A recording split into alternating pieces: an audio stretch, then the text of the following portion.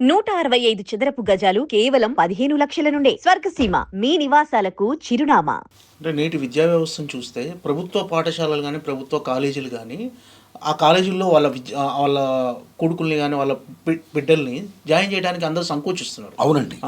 అంటే ప్రభుత్వ పాఠశాలలో గానీ, ప్రభుత్వ కళాశాలలో గానీ ఫ్యాకల్టీ అనేది పెంచితే డెఫినెట్‌గా అందరూ ఈ కళాశాలలో జాయిన్ చేయడానికి అందరూ ఇంట్రెస్ట్ చూపుతారు సార్. అలాంటి ఏదైనా డిస్కస్ చేస్తున్నారు ప్రభుత్వ పాఠశాలలో? మంచి మాట చెప్పారు. మంచి ప్రశ్న వేశారు. Very good. ఎందుకు ఈవేళ ప్రజలు మ్యాక్సిమం ప్రైవేట్ సెక్టర్ మొగ్గు చూపుతున్నారు? బికాస్ వాళ్ళ బిడ్డలకి గొప్ప గొప్ప ఎడ్యుకేషన్ వస్తుంది ఆశతో. ఎందుకు ప్రభుత్వ పాఠశాలకి అంత ఇంపార్టెన్స్ ఇవ్వట్లేదంటే బికాజ్ మీరు అన్న పాయింట్ చాలా ఇంపార్టెంట్. అందుకే ప్రభుత్వ పాఠశాలలో విద్య బలోపేతం కావాలంటే డాక్టర్ కొఠారి గారు చెప్పినట్టు 30% నిధుల్ని ప్రభుత్వ విద్యారంగానికి కేటాయించాలి. ఆ విషయం నేను సినిమాలో చెప్పానండి. నిధులు కేటాయించడం కదా. ఇప్పుడు టేక్ ఫీజు రియంబర్స్మెంట్ విషయంలో అనేక మంది విద్యార్థులు ప్రైవేట్ కళాశాల చదువుతున్నారు, రైట్? వాళ్ళకి ఫీజు రియంబర్స్మెంట్ ద్వారా గవర్నమెంట్ డబ్బులు పే చేస్తుంది. ఒక్కొక్క దశలో గవర్నమెంట్ డబ్బులు పే చేయడం కొంచెం లేట్ అయిందనుకోండి, వాళ్ళు ఏం చేస్తున్నారు, ఎగ్జామ్స్ టైంలో ఆర్టికల్స్ కూడా ఇట్లా రాయించట్లా. అప్పుడు చాలా దారుణంగా విద్యార్థులు మానసిక ఒత్తిడికి గురవుతున్నారండి. వాళ్ళు ఏం పాపం చేశారండి? సో అది రాకూడదు. అందుకని గవర్నమెంట్ ప్రైవేట్ సెక్టార్కి ఫీజు రియంబర్స్మెంట్ పేరున ఇలాగ నిధులు ఇచ్చే బదులు మొత్తం అసలు ప్రైవేట్ సెక్టర్కి ఇవ్వకుండా గవర్నమెంట్ ఆ నిధులు మొత్తం ఇచ్చేసుకొని వీళ్ళు చదువు చెప్తే చాలా బాగుంటుంది కదా. మేజర్ పాయింట్ అండి. ఎందుకంటే ప్రైవేట్ కళాశాలలు ఏమైతే ఉన్నాయో అవి దుర్మార్గం ఇన్ టైంలో ఆర్టికల్ ఇవ్వకపోవడం అనేది కరెక్ట్ కాదు. ప్రభుత్వం కూడా చర్యలు తీసుకోవాలి. ఎందుకనండి, మేము ఐఫై ఫెసిలిటీ ఇస్తామని కొన్ని ప్రైవేట్ కళాశాలలు ముందు పబ్లిసిటీ బ్రహ్మాండం చేసి మ్యాక్సిమం ఫీజులు వసూలు చేసి ఇచ్చేసి తెరామస్ పిల్లలు జాయిన్ అయిన తర్వాత అనేక రూమ్స్ మీరు చూడండి, కొన్ని బాగుంటాయి, చాలా రూమ్స్ ఇరుకిరికి గదులు ఉంటాయండి. ఆడుకోవడానికి జాగాలు ఉండవు, వ్యక్తిత్వ వికాసాలకు ఉండవు, ఆటలో పాటలో ఉండవు, కేవలం చదువు చదువు చదువు గదువు ఇరుకు గదులు మొత్తం బీభత్సంగా. అవి కళాశాల లేకపోతే ఇరుకు గదులు అన్నంత ఫీల్ అయ్యేటట్టు ఉంటాయండి. అదేం న్యాయం చెప్పండి.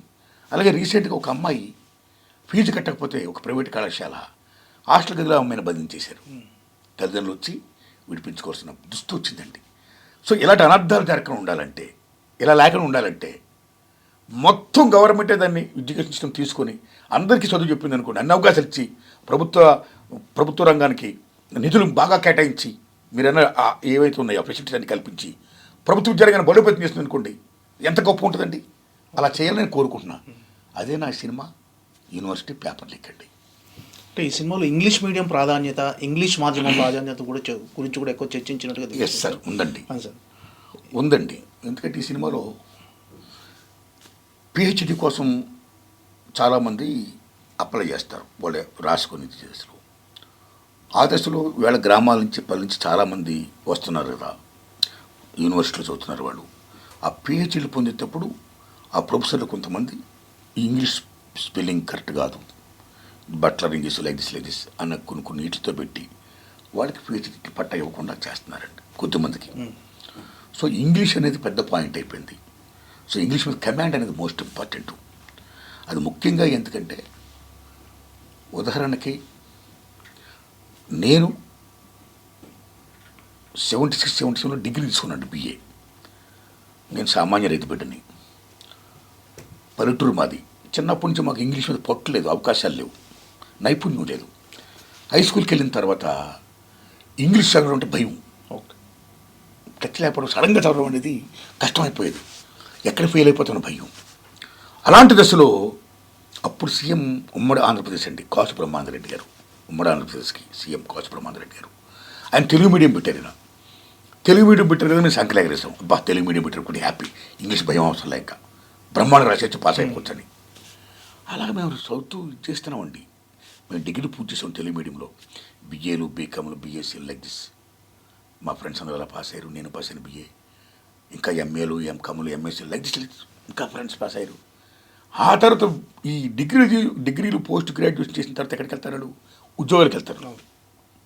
ఉద్యోగాలకు వెళ్ళినప్పుడు ఆ ప్రశ్నపత్రాలు ఇంటర్నేషనల్ లింక్ లాంగ్వేజ్ ఇంగ్లీష్లో ఉండడం వల్ల ఈ ఇంగ్లీష్ మీద పట్టు లేని వాళ్ళకి, ఏ తెలుగు మీడియం దొరికిన వాళ్ళందరికీ కూడా కష్టమైపోయే ప్రశ్నపత్రాలు పూరించడం.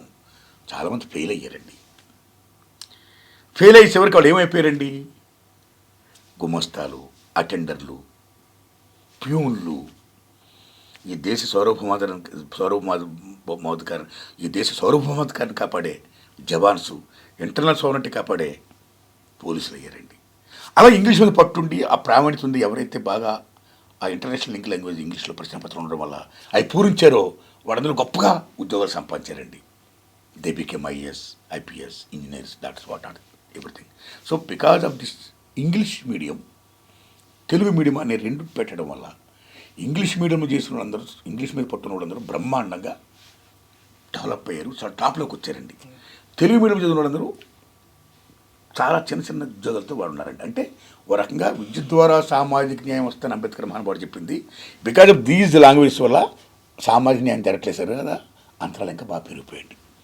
అలాగ అంతరాలు పెరిగిపోయి ఉండాలంటే ఇంగ్లీష్ మీడియము మాతృభాష మన తెలుగుతో పాటు, మన భాష, అమ్మ భాష, మన తల్లి భాషతో పాటు ఇంగ్లీష్ మీడియం కూడా ప్రాథమిక దశ నుండి విద్యను బోధించాలి, ప్రాథమిక దశ నుండి ఇంగ్లీష్ను బోధించాలి అని చెప్పాను సార్ సినిమాలో. ఎందుకంటే ఇలా ప్రపంచం బికాజ్ ఆఫ్ మెకనైజేషన్, గ్లోబలైజేషన్ కుగ్రహం అయిపోయింది. ఈ కుగ్రహం అయిపోయింది. అసలు ఇంటర్నేషనల్ లింక్ లాంగ్వేజ్ ఇంగ్లీష్ లేకపోతే ఏమవుతుందంటే విదేశాల నుంచి వచ్చేవాళ్ళు ఇక్కడ పరిశ్రమలు పెట్టారనుకోండి, ఇది చేశారనుకోండి, వాళ్ళకి ఏదైనా హోటల్లో వాళ్ళు దిగినప్పుడు వాళ్ళ భోజనం కావాలని సర్వర్ ఉద్యోగం కూడా వాళ్ళు ఇంగ్లీషు వచ్చి ఉండాలండి, లేకపోతే కష్టమైపోతుంది ఇవాళ. అందుకే అమ్మ మన మాతృభాష అయితే నడిపించే నాన్న భాష ఇంగ్లీష్, మునగడ భాష ఇంగ్లీష్ ఇవాళ. బికాజ్ ఎందుకనండి, రవేస్తమించిన బ్రిటిష్ సామ్రాజ్యం ఉన్నాం, బ్రిటిష్ వాడు రూల్ చేయబట్టి ప్రపంచంలో చాలా భూభాగాన్ని అతను రూల్ చేశాడు. అప్పుడు ఇంగ్లీష్ని వాళ్ళు అలవాటు చేశారు. మీకు అర్థమైందా? దానివల్ల ఇంగ్లీష్ నేర్చుకోవాలి. ఇది మోస్ట్ ఇంపార్టెంట్ అండి మనుగడ కోసం. మన మాతృభాష ఎంత ఇంపార్టెంటో ఈ మనుగడ కోసం ఇంగ్లీష్ కూడా అంత ఇంపార్టెంట్ నేర్చుకోవాలి అని చెప్పాయి సినిమాలో. అందుకే అంబేద్కర్ మహానుభావుడు తెలుసు మీకైనా, ఆయన కొలంబియా, ఆక్స్ఫర్డ్, జర్మనీ అనేక యూనివర్సిటీలో ఆయన చదివాడు, దేశాలు తిరిగాడు. అన్నీ చేసిన తర్వాత ఆయన మాట అంటాడు, ఆయనకి ఇంగ్లీష్ మీద ఎంత పొట్టు అంటే దానికి ప్రాధాన్యత తెలుసుకొని అంత పొట్టు సంపాదించాడు ఆయన. ప్రపంచ 10 మంది మహామేధలు కూడా అయ్యాడైనా. ఆ మహానుభావుడు ఎవరంటే ఏమంటాడంటే, పులి పాలు తాగితే ఎంత బలమో ఇంగ్లీష్ నేర్చుకుంటే ఎంత బలం అంటాడు. అంటే the importance of English such అంటాడు. అలాగే మహాత్మా జ్యోతిరావు పూలే తెలుసు మీకు, మహానుభావుడు, గొప్ప సంఘ సంస్కర్త, బడుగు బలహీన వర్గాల ఆశాజ్యోతి. ఆయన భార్య సావిత్రిబాయి పూలే. మహాత్మా గాంధీ కంటే ముందు మహాత్మా జ్యోతిరావు పూలే. ఆ మహానుభావుడు భారతదేశంలో బ్రిటిష్ పీరియడ్లో భారతదేశానికి ఎటువంటి విద్యా విధానం కావాలని కమిషన్ ఇస్తే ఆ కమిషన్ ముందు మహాత్మా జ్యోతిరావు పూలే ఆ అధికారులతో, నా దేశంలో ఉన్న నా జాతికి మీరు ఇంగ్లీష్ నేర్పంటాడు ఆయన.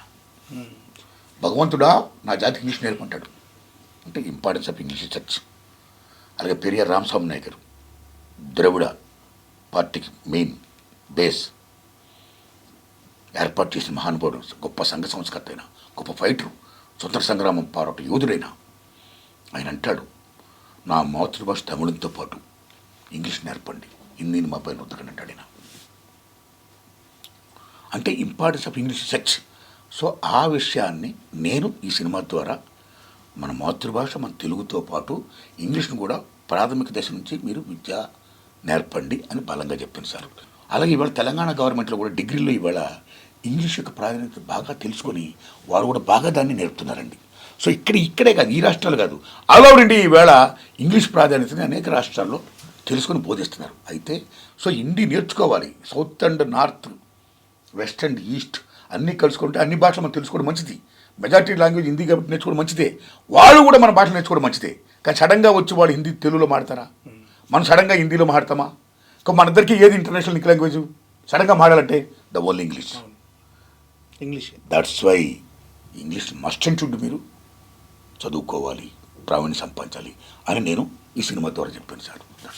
And for more videos, please subscribe to iDream. Please subscribe to iDream. Please subscribe iDream. And please subscribe to iDream. For more videos, subscribe to iDream. please like, share and subscribe to the channel. Congratulations, iDream. Subscribe to iDream. Subscribe to iDream. So subscribe to iDream Media. iDream team అందరికి huge congratulations. Please subscribe iDream Media. Please subscribe to iDream. Subscribe iDream. Please subscribe to iDream.